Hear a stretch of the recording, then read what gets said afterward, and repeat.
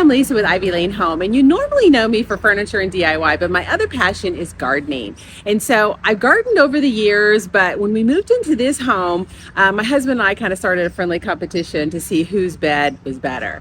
And I've invited him to do some gardening videos with me. So I want to introduce you to my husband, Jeff. Yeah, so 3 years ago we moved into this house, and the backyard there was absolutely nothing. I mean, just grass. There was no trees, no bushes, no flower beds. And I have never done any kind of landscaping, planted flowers, never. You can ask Lisa, I've been married, never did it. And so I have a job that's kind of stressful at times, and this kind of gave me an outlet. So I started reading books, watching a lot of YouTube videos, and so I'm kind of learning as we go. Yeah, so let's show you where we started. So here's the house when we were touring it. This was in April of 2021. You can see all there was the ivy wall. And you can imagine there was just nothing. There was no bushes, no flower. There was no flower beds at all. So we had to start from scratch. Absolutely. Now it's a very narrow lot, but it's very wide. So, there was a little ivy there. So it took several months. And then we actually decided to start something. So this was October 2021. And then we finally decided, okay, let's going to put something in. So January we put in those dwarf Alberta spruces. And you can see we also put in the coral bark, Japanese maple. That's all we had at that point. And it was really before we had an idea that what we wanted to do. It's true. Because, it's kind of daunting. You usually go into a place and there's something. But in this case, it was total blank slate. So here your bed is getting started. And the concept behind this bed is because we have windows right there. And those windows right there are where we sit. So it's our reading room. So I actually took out a lot of grass. You can see right there. We had to dig out the grass, and we took a large area, and then we started planting just some basic things. And here's the ginkgo tree I planted June of 2022. Since we do have a narrow lot, we tried not to put too many trees in. We tried some trellises behind the Alberta spruces, but we didn't end up liking that, so we changed it. And then we were looking for a fast-growing tree. So our concept was the birch tree we felt was going to be the quickest growth. Yes. To provide some shade. And then here, we decided to get some rose bushes. I've been a huge fan of rose bushes. These are David Austin. And so these are one that we would put back in the corner. And then here's the patio we put in last year. It kind of ties the beds together, provides an area for us to sit in. So it's been a really great addition. We'd like to do another seating area on the other side as well. So here's where I am today. That's where it's been going on for about 3 years now. You can kind of see in the flower bed, you can kind of see some of the plants that I've got growing. First and foremost, in Oklahoma, this is Greg Salvia I, and it's a great plant to it's very hardy, it can take the heat, love the flowers, it blooms. And so this is a large bed, and so these Salvia Greg really help fill some of that front part of the bed. And then down here, we have a brand new plant that I've planted is Agastache. It's right there, along with there's 4 Rosy Posy Agastache. That's another one right there. And then we have different salvias in here. And then we have, of course, the salvias kind of come around here. And this kind of then goes into more of what I call the rose portion of the garden. And I have different roses. I've got some that I bought from David Austin and also from a different company. And it kind of blends in here with some of the Shasta daisies. Those are my Shasta daisies. And then beside the Shasta daisies, then it kind of goes into the irises. And the irises are kind of what I bought first. And irises, I like irises because they flower, but they also have a great texture, the leaf. I love the leaves. And then we keep going down here, and this just shows the roses. So I have some red roses here, and I also have some David Austin behind it in the corner. Now those are fairly new, so they're smaller. They will get a lot bigger. It's just they're just getting started. In the front here, we have daylilies, and from the daylilies, kind of goes into lamb's ear, and then from the lamb's ear, it kind of goes in again. I kind of carried the theme. I did some more Salvia Greg Salvia I, and then we have just again more rose bushes. These are David Austin rose bushes behind that red rose bush, and those are Lady of Shalott rose bushes. And it kind of also I finished off my bed with some grasses. Now again, it's some of the beds are rough right now. We haven't finished everything. We haven't finished off the edging, and there's just stuff around, but we're just kind of getting started. So my side is a little bit bigger. We cut these beds, probably too big, very ambitious.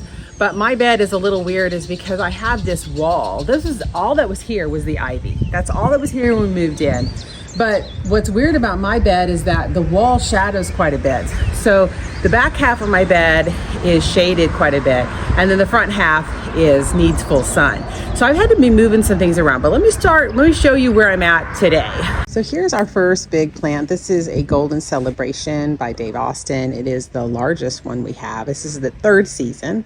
And then I have an elderberry tree shrub that I just planted last fall, and it was looking really scraggly, but it's kind of got a little blossom there, so we're starting to kind of see some new growth. And then this is tall phlox. Again, I thought I lost it last season, but it's coming back. These are Shasta daisies. I have some coral drift. These are roses, balloon flower, a little sedum, some hostas. Got some gladiolas coming on. This is a little ginkgo tree I put on. It's very small. It's going to take forever to get where it's supposed to be. But I also have the salvia, Gregii. And here's our dog, Cooper. Hey, Cooper. You'll see him in the videos too. But you see, I kind of I have a thing about conifers. I love conifers. So I do have, these are dwarf Alberta spruces. Actually, they're the very first thing we ever planted about 6 months after we moved in. So here's some hydrangeas. I have some roses, some more salvia, lamb's ear, and then if you go down, you can see I have this is a Japanese coral bark tree. It's beautiful. It has red stems on it, so in the winter it provides some interest. I have some more of the hostas underneath here. I'm planting a lot of seeds this year, and so it doesn't look like there's much going on, but I've got some poppies and I've got some zinnias coming. And then here is some Russian sage, which will put on some beautiful purple flowers. And then I really went in with the David Austin Lady of Shalott roses. I have 2 in the back, and then I have 2 right here.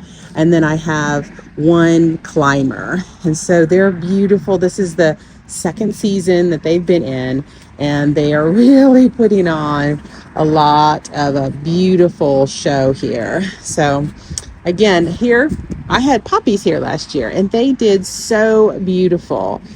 So I'm trying to regrow them this year because they are a seed here. And that is a viburnum. This is an Eastern snowball viburnum. It just kind of finished doing its blossoming, but it was beautiful, big snowball white. And then I don't really have much going on in the corner yet. A lot of kind of wildflowers. And then we have 1 maple tree in the corner here, kind of pulled it up. We used to be in the corner, we pulled it up. So that's kind of where we are on my side. You can see I've got a lot of little holes, but we're just starting. And so we like to move things around, try new things. Here's the patio that we put in last season too. We did this with the Brock Paver panels and a herringbone pattern, and it turned out so good. We partnered with Lowe's and we love it. This is the actual area that we sit in.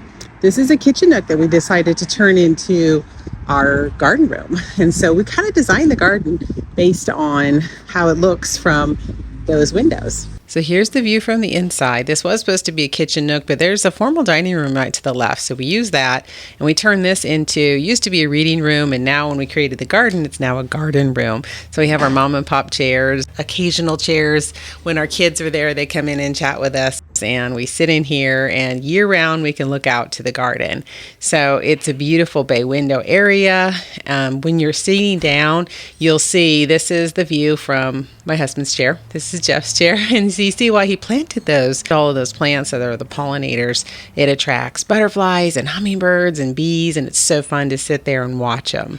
And so it's a beautiful view of the garden. And then this is the view from my chair. I get to see my lovely Lady of Shalott roses out of the left window, and then my conifers, and then out the right I get to see my beautiful birch tree. So that's just an intro of what our garden is today, and introducing you to Jeff as my gardening partner.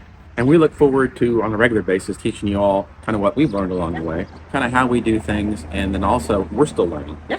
But it's just really as we plant things and as we grow, we will update on what we plant, how we plant, kind of what we're doing. Yeah. So join us if you want to learn with us on gardening. And we are Oklahoma. We are Zone 7, just to give you context of where we garden. But Thanks for joining us.